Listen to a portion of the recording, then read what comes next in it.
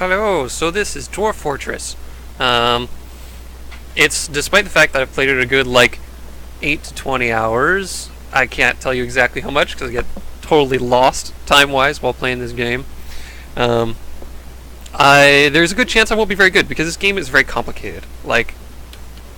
I've read, a 300-page book and stuff on the game, and I'm still learning. So, it's crazy. But the first thing we do is we create a new world. So what Dwarf Fortress is all about is, it's basically, well, I'll show you. It's better that way. I'll show you. Alright, so we're going to put in, actually we're going to do a more advanced world. Alright, let's do a medium region. Yes. Lazy Noob World. Yep, so Lazy Noob World is, so there's a pack of useful tools that fans have made for Dwarf Fortress, and it's called the Lazy Noob Pack. So the Lazy Noob World is a really easy world to play in. We are not going to use that one, because it's... No, we're just not going to use that one. It's not very interesting, so we're going to go with a medium region, yes. And we will see what happens. So this is the world generation, which is pretty cool. Ooh. We even have little music soundtracks. So that's actually fan-made. That's not in the original game. The original game has, I think 2 songs or something in it, and that's about it. This has more. It has sound effects for, pretty much everything. So that'll be kind of fun, because I've never done that before. And this is using a tile set. Normally the game is ASCII graphics. So it's, instead of having these nice, having trees here and mountains here and such, it would just be symbols that were different colors to denote what was going on. So usually most of the grass stuff is green, right? But other than that, they're kind of weird symbols. It's a little hard to decipher. So for the sake of, ease of presentation and understanding, we're going to go with a tile set. This is the Star Fox 1.0 tile set, if anybody is curious. So yeah, right now it's generating the world. So this right here is some little mountain range, right? This honestly, I'm not sure what all this is. That's a town. These are each little towns. This, I'm not sure. I mean, they look like wells, but the tile set kind of messes with things, so I'm not totally sure. Hey, Bok Bob. It's Dwarf Fortress time. This is some evil lair. I don't know what. So is this. So that's something bad. But once the world's generated, we're going to take a look at the world and see, what's all the random civilizations on there. So that's one of the cool parts about this, is there's this whole simulation going on right now. It just looks like a simple map here, but all sorts of stuff is happening. Civilizations are rising and falling, leaders are coming to power and then fighting each other in wars and then falling apart, and mysterious monsters are roaming the lands that turn people into vampires and stuff. This is there's all sorts of stuff happening right here that's abstracted away right now. But first thing I'm going to do once this finishes generating the world is use this legend viewer tool in order to see what kinds of heroes were there, what kind of battles and wars and civilizations, and where are they and how are they connected. And so we're going to look at all of that, because that's just super cool. Then we're going to set up our dwarves and actually go out somewhere and give our dwarves names and all that fun stuff. Apparently my sister... Also, Luke, it says you're playing Titanfall. That's a lie. I told it to update. I'm not playing Titanfall. I'm playing Slaves to Armok 2. Dwarf Fortress. Weird. I told it to update. I don't know. Maybe if you refresh the page, it'll... Oh yeah, so this is zoomed in on one of the mountain ranges. It's currently doing probably some battle or something. Sweet. Okay. Did you turn off aquifers, or are you going to be a hardcore? There are aquifers. They might kill me because I've never dealt with them before. So, yep. So what aquifers are, they're basically usually underground sources of water that if you breach them, they're pressurized, so they keep spilling out water basically until you stop it from spilling out water or you die. So it's a really easy way to flood your entire fortress and screw up everything. One thing I'm considering doing, because I've never done it before, is embarking near a cave, because that could be fun. Caves have all sorts of fun things. So one of the classic things in Dwarf Fortress, as far as the fan base, is basically anything that can cause you to lose is fun, in air quotes, because losing is fun is sort of the fan-adopted catchphrase for the game. So, it will be safe to assume this first fortress, yeah, losing is fun. Will go poorly. But yeah, this is kind of the world that we're looking at. This is like, what is it? The Fell Teeth? I don't even know what this is. But it's purple, which means it's filled with evil stuff. There's probably necromancers and junk in there. This mountain area, I wouldn't be surprised. There's quite a bit of dwarven civilization in and amongst here. But let's find out for sure. So I press enter. Now it's going to save the world and stuff, which is great. Luckily, this world generation thing you only have to do once, or if you just want to make more worlds. Kill all the elves. Kill all the tree lovers. It's another classic thing, too, is that your dwarves and elves are stupid. We just don't like them. So, that's that. Are we going to Lord of the Rings now? It's basically Lord of the Rings, yeah. It's got that kind of theming to it.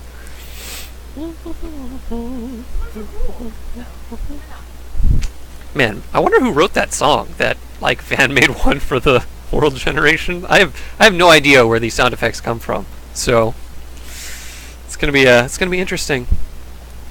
All I know is there's a cat purring in there somewhere. All right.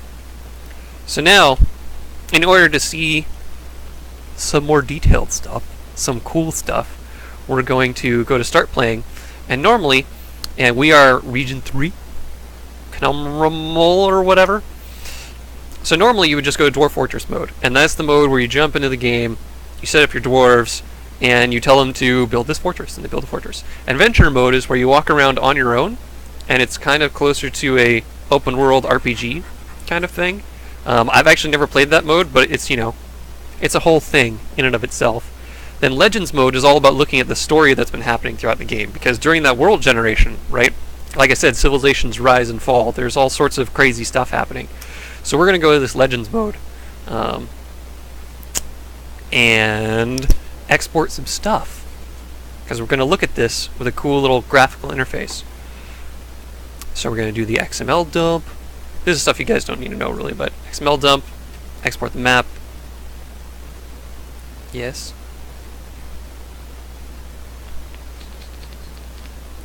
Oh, okay. It's working on it. It doesn't like you. It's thinking. It's thinking. Legendary hippos. That's true, man. There are hippos. They can attack you. Oh, one of my favorites. Okay. Because the game randomly generates everything, all sorts of really crazy stuff can happen. For example, there was one time where a dwarf invaded my village, but that dwarf was a were-koala. So, in the evenings, on a full moon, it would turn into a koala and attack you. Turns out koalas are not very vicious though, so it really wasn't a problem. So I captured it and kept it as a pet. And that's just, an example of the craziness that can happen in this game.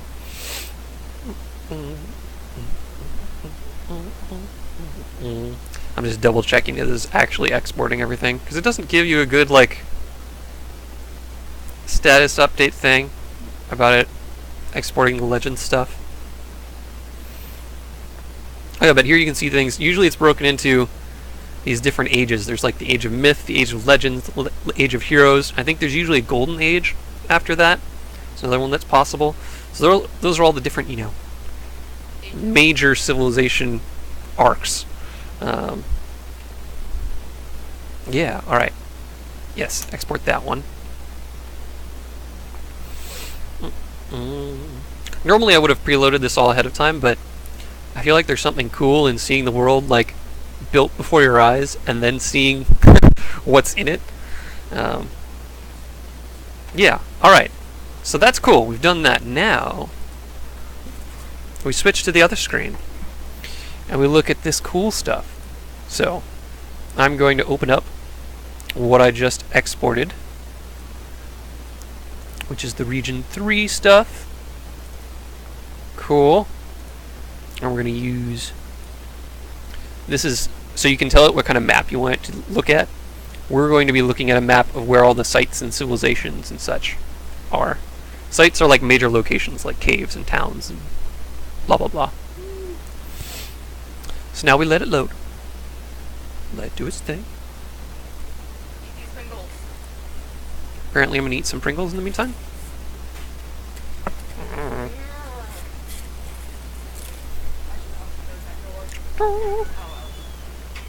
Yes, please. That would be great. Conumrumal, the future plains. Oh, okay. We zoomed in a little more than I wanted. Attempt to continue. Why not? Okay.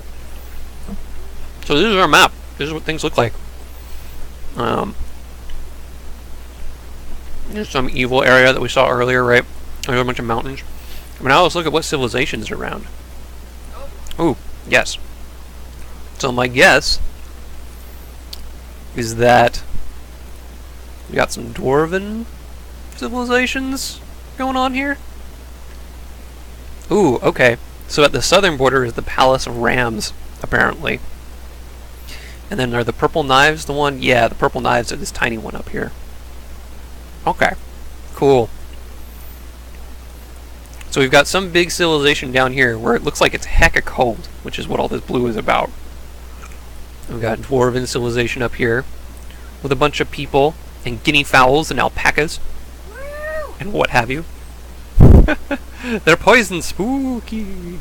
There is something kind of like poison actually. There's miasma, which is where if a corpse is sitting there for too long, it begins to fester and get all gross and send miasma cloud everywhere, and that miasma stuff makes your dwarves very not happy.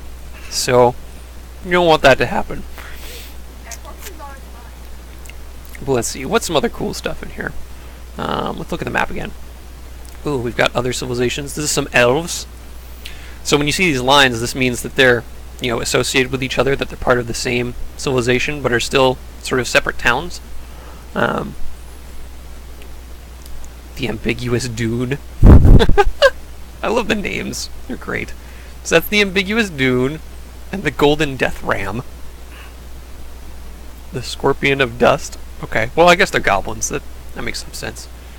But it's right next to the armored wickedness, and they're separate groups. It's interesting. This is a very active little area down there.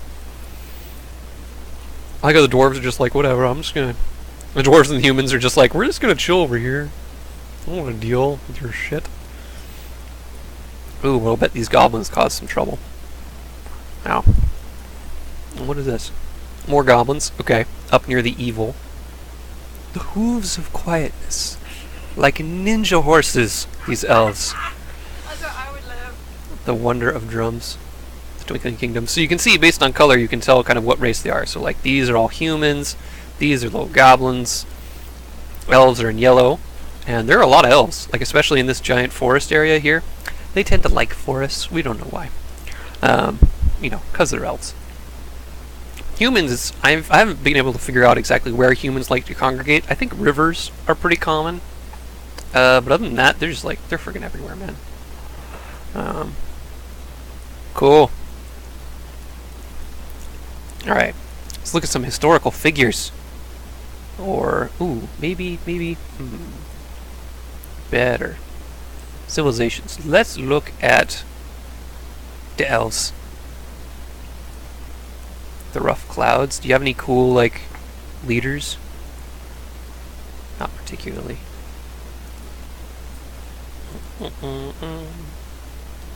I had one, I generated a world earlier today. I had a leader who was turned into a vampire near the beginning of her life, attacked a whole bunch of elves. She was a princess. Attacked a whole bunch of elves in her town, got exiled, and then some dwarf on the road, like, kidnapped her and killed her, and took all her stuff. So, let's see. Let's take a look at. Ooh.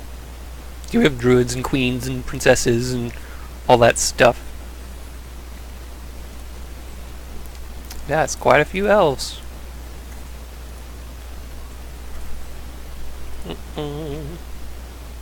Oh, this is the huge, that huge elf civilization that was next to the mountains. The conflict of steam. There's a war. It's a very small war. There are only 29 deaths. That's very tiny. Who attacked them? The plague of locking. I'm gonna say, yeah, that's goblins. It certainly sounds like goblins. So let's see what the first princess was like. I see. So, had some skills and stuff. Married someone. Oh, whoa. A yeti attacked her. When the town was rampaged, yeah, by the yeti. And was killed by said yeti. Alright, you didn't live very long. Basically enough time to get married and then killed by a yeti. That's fascinating. Let's check out this person.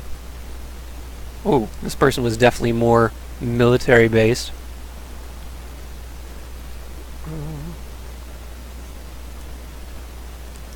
Led the defense and died. Bummer, dude. Bummer. Yeah, you can see, you can spend, there's so much information here. Like, you can spend ages just looking through this stuff, getting a sense of what the heck happened over that period of like 5 minutes. Dude, I want to build a Yeti. If only I could build a Yeti. Ah. Oh. Okay, I don't think you could build a Yeti, but you might be able to capture one and train a Yeti, like tame the Yeti, Oh, man. and then use him for war. Yes. I think you could do that. It'd be very hard, It'd be awesome. but I think you could do it. Don't get killed by the Yeti. It's bad. Don't get killed by the... Wise words. Wise words. Continue, I don't care. Continue, I don't care. Continue, I don't care.